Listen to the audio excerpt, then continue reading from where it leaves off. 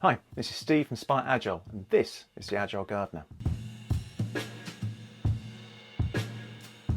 In this video, I'm going to tell you the 10 things that anyone can start doing right now to become a great leader.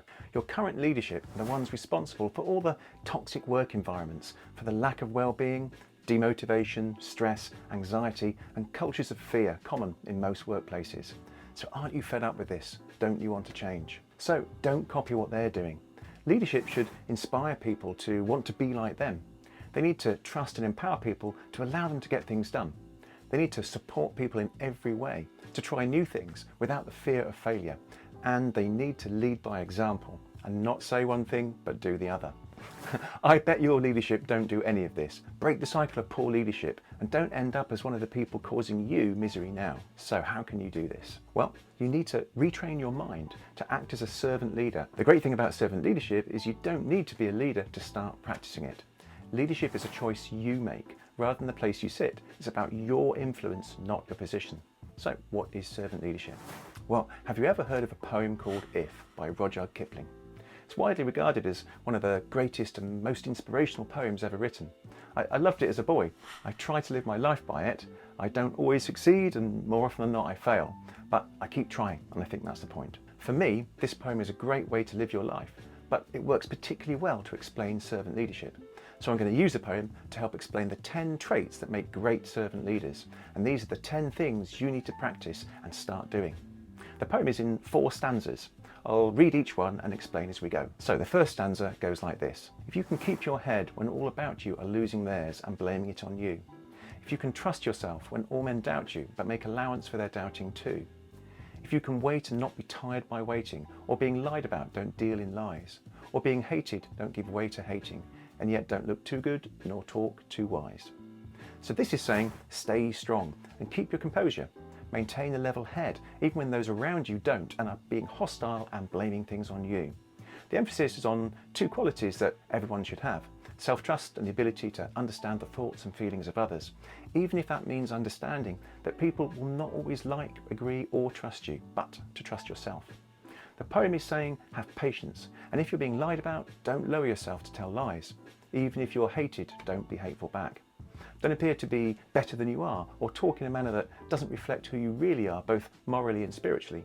And finally, never boast or seem too perfect and clever about all of your strengths. So, the first 3 things you need to start practicing are active listening, empathy, and stewardship. Active listening is how servant leaders communicate, by first listening. So we serve people better when we actively listen to them, giving them our full attention and respect. When we listen, we need to be present in the moment. And that means stopping what you're doing, have eye contact, don't interrupt, watch their body language, and don't think about your reply until you've listened first. It sounds simple, doesn't it? You listen all the time, right? But do you? Try it out. And really think about it while you're trying your new listening skills. What you'll discover is that as you listen, you're already thinking about what you're going to say next and waiting for the moment you can interrupt. So practice not doing that. There's a nice quote by Ernest Hemingway. When people talk, listen completely. Don't be thinking about what you're going to say. Most people never listen, nor do they observe. Empathy. So this extends listening by walking in the shoes of another person and trying to see the world from that person's point of view. A servant leader tries to fully understand others' thinking, needs and feelings. Now you may not agree with them, and that's okay, but understand where they're coming from. Stewardship. So this emphasises the use of openness and persuasion when leading people instead of using command and control.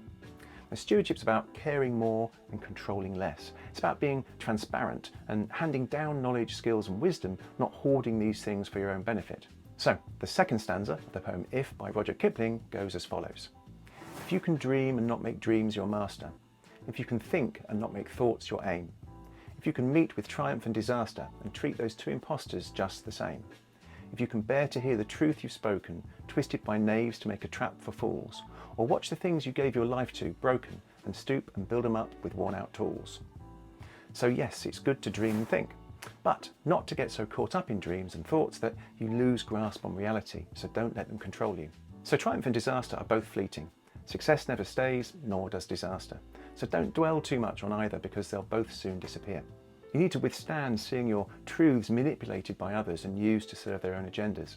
And when failure comes, as it inevitably will at some point, pick yourself up and start again. Even when it's taken a long time, start again.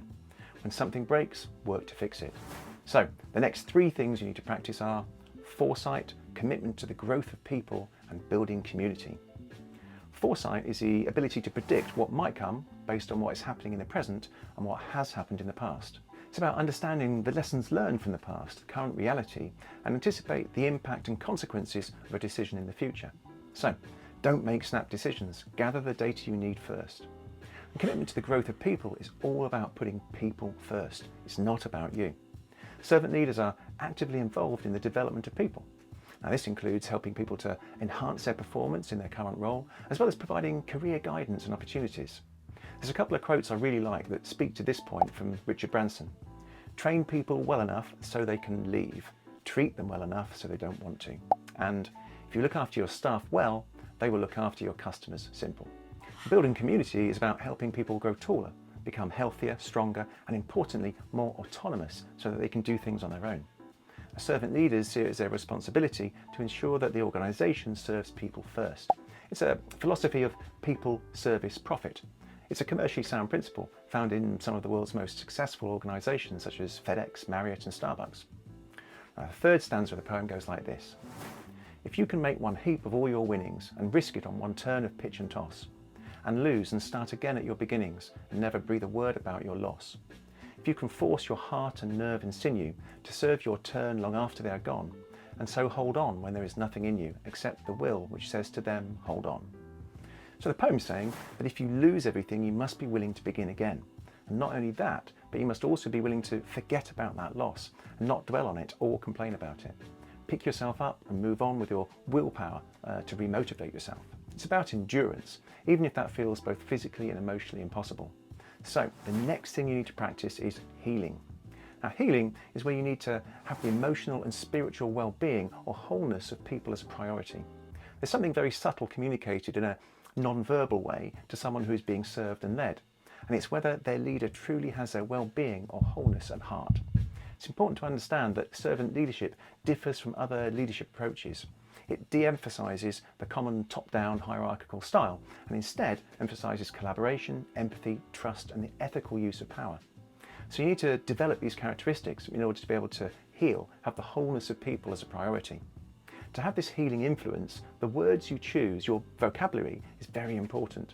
Servant leaders avoid things like favouritism at all costs. They value the scope of humanity that comprises their enterprise. So don't focus on the input of a select group of people, so-called shooting stars, for example.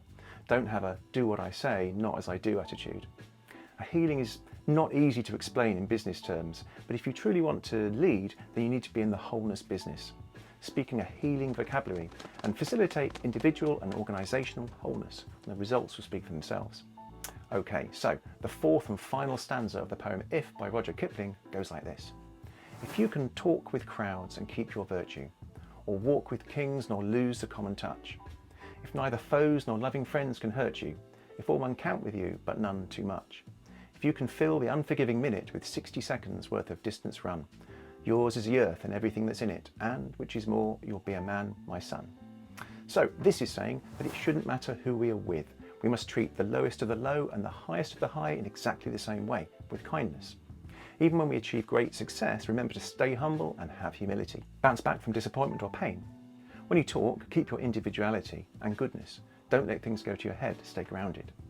And if you can fill even the smallest amount of time with achieving your long-term goals, then the world will be at your fingertips. So do everything in this poem and you'll enrich your life, be liked and respected by most, and have a positive influence on those around you and society in general. So the final 3 things to practice are self-awareness, persuasion and conceptualisation. Self-awareness. So it's sometimes easy to be blissfully ignorant of our own shortcomings and how this affects those around us. So consciousness of our own behaviour, managing our emotions, especially during critical moments, is key to establishing trust and openness among those we work with. Self-awareness and the ability to see yourself in perspective, so personal strengths, weaknesses, values and emotions, will help you understand personal biases and set them aside for the benefit of everyone else. And persuasion is the ability to convince others to change without using any formal power or authority. You may have heard this expression before, shepherds always smell of sheep. It means that the shepherd gets in and among their flock. Everything the shepherd does is to keep their flock safe and tend to their needs above all else. They're using the power of persuasion to influence rather than any kind of formal authority. And this way, you don't need to be a senior manager to lead. Servant leaders don't rely on authority of their position to achieve their goals. They persuade and influence people to convince them rather than coerce them. The focus is on engaging with people to achieve goals that are embraced by all. Now, conceptualisation is having faith in the worth of people and helping them to see their own potential. People will achieve more than they think they're capable of because the servant leader provides a future-orientated vision that gives them purpose. And providing vision and purpose is extremely important. So, these are the 10 things that you can start practicing right now. They aren't easy and it will take time, but try them and see the effect it has on you and those around you. And if you ever need a bit of inspiration occasionally, remember the poem If by Rudyard Kipling and give it a read. I always find it helps steer me back on the right path. And this is the way to break the current poor leadership seen in almost all organisations. Okay, that's it for this one. And remember, stay humble and I'll see you next time.